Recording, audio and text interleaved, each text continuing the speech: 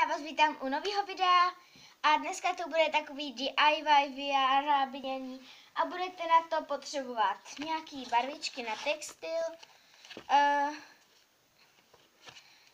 Nevím, z jakého je to obchodu.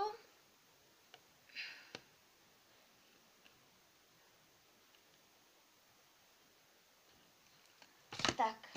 A budete potřebovat ještě nějaký bílý triko.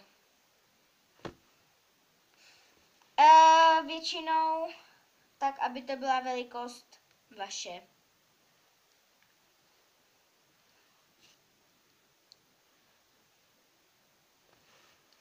Takže já si rozdělám ty barvy. Jsou tam vlastně žlutá, pak tam máme i zelenou, modrou a červenou. To jsou ty vlastně 4 základní barvy. Tak jo, položíme si je tady. A brala bych nejlíp ty barvičky, které jak kdyby vystupují. Nafukovací barvy na textil na vodní bázi pro světlé. Tady máte třeba, to takhle vystouplo na té punčoše. My to tak nějak taky budeme mít, já si udělám taky kytičky, akorát, že nebudou červený, ale budou modrý. Takže si rozděláme žlutou. A první, co budeme dělat, je, děláme takový ty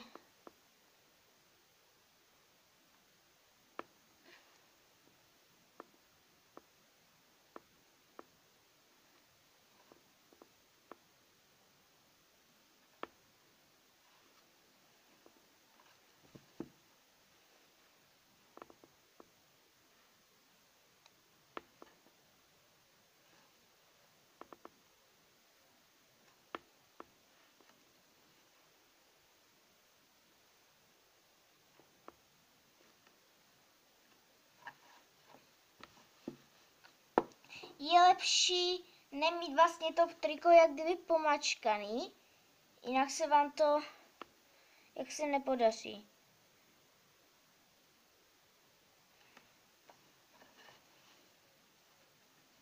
Takže tečky máme, můžete si udělat, jaký chcete kytičky, ale já budu mít modrý kytičky. Vlastně, když to máme tak,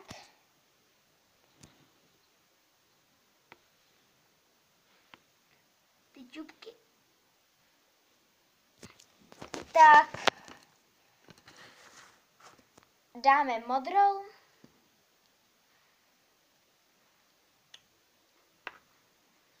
on to má jak dvě takové tyčinky.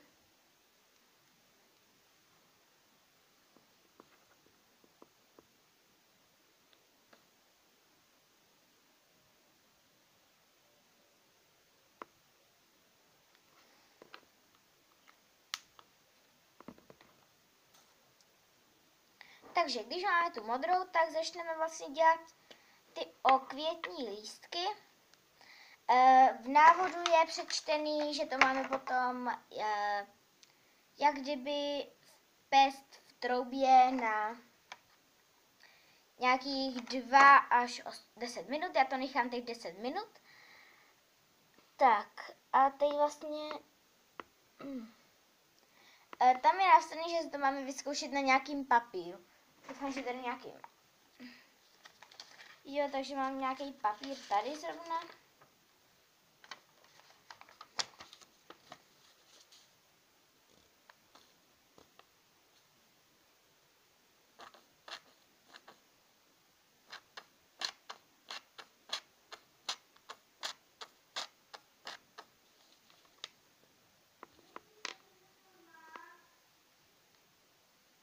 Tak a jak kdyby, no,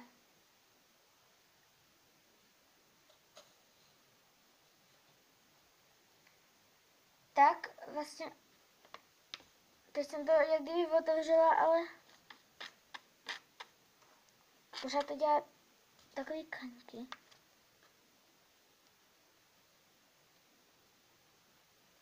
Jo, už to píše, Když tak si to vyzkoušíte taky na nějakým papíru a já už můžu vlastně začít.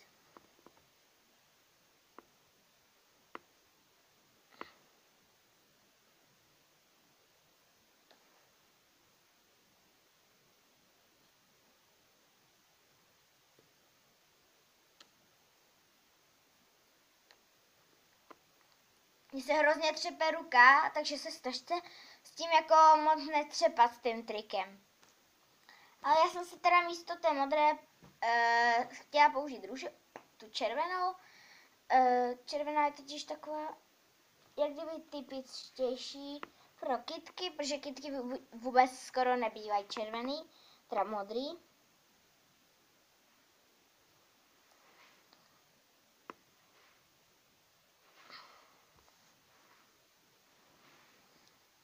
A snažte se tam dát co nejméně té vrstvy, jinak vám to potom hodně moc vystoupne. Pokud máte vystoupovací barvy jako já.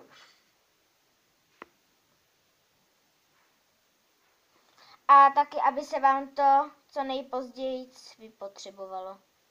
Aby se vám to třeba nevypotřebovalo na jedno použití.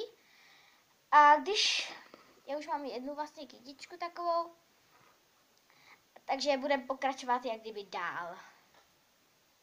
Takže už mám hotové 3 kytičky. A potom můžeme pokračovat teda dál. Radila bych vám, abyste to moc abyste jako moc nemačkali tu tubu, protože vám to může vyprsknout. A když tak si čtete vlastně tady ten nápis na tom, protože to má i alergetické nějaké účinky. A může to být jako kdyby jedovatý, takže bych jako nedoporučovala si to dávat někam na obličej. Takže já jdu dát další kytku.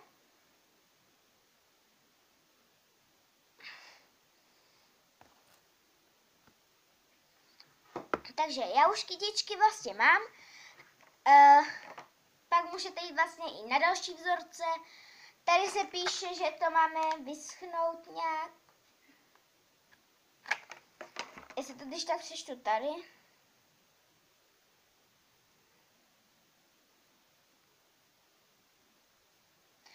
Máme to nechat tak zhruba uschnout 6 hodin.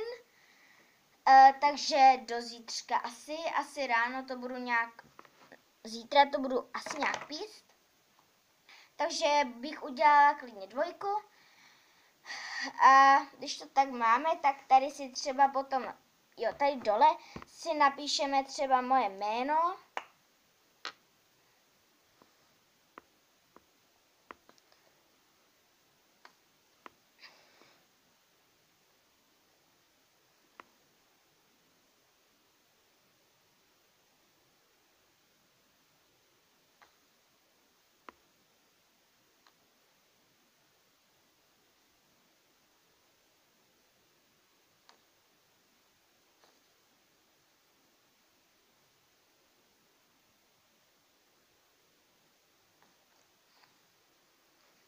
Zatím tam mám jenom N, který musím ještě dokončit tady.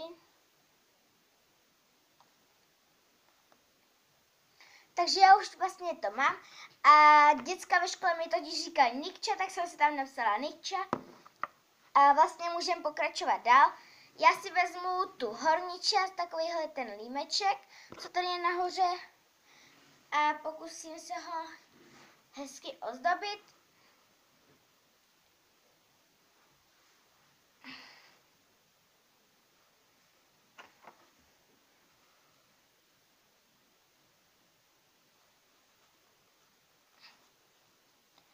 Vezmu modrou, protože modrou jsem ještě nepoužila. A na ten límeček zkusíme nějaký čárky.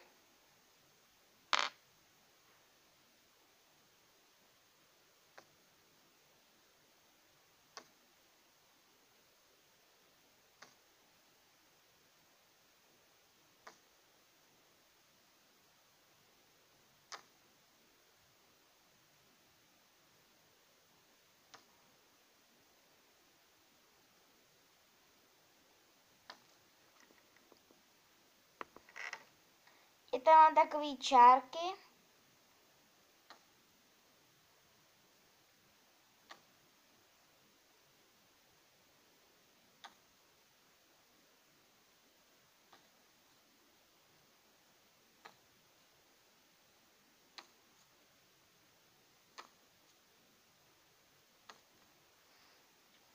Ještě jednu čárku.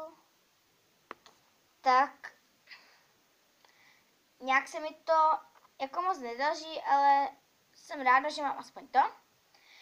Žlutou máme jenom tečky, takže bychom si mohli i klidně něco dál ozdobit.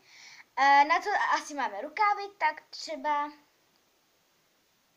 rukávy už asi dělat nebudem. A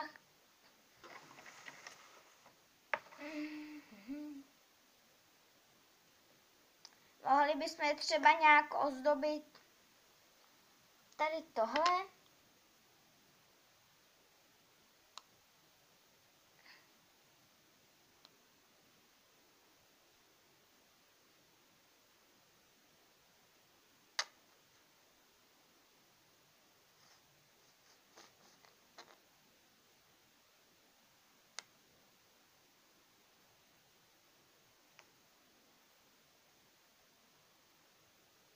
Já jsem zvolila vlnky.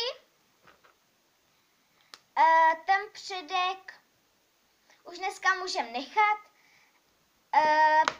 Pokud se vám video líbilo, dejte like a pokud u mě nemáte odběr, dejte odběr. Když tak mi napište něco do komentářů a jinak čau.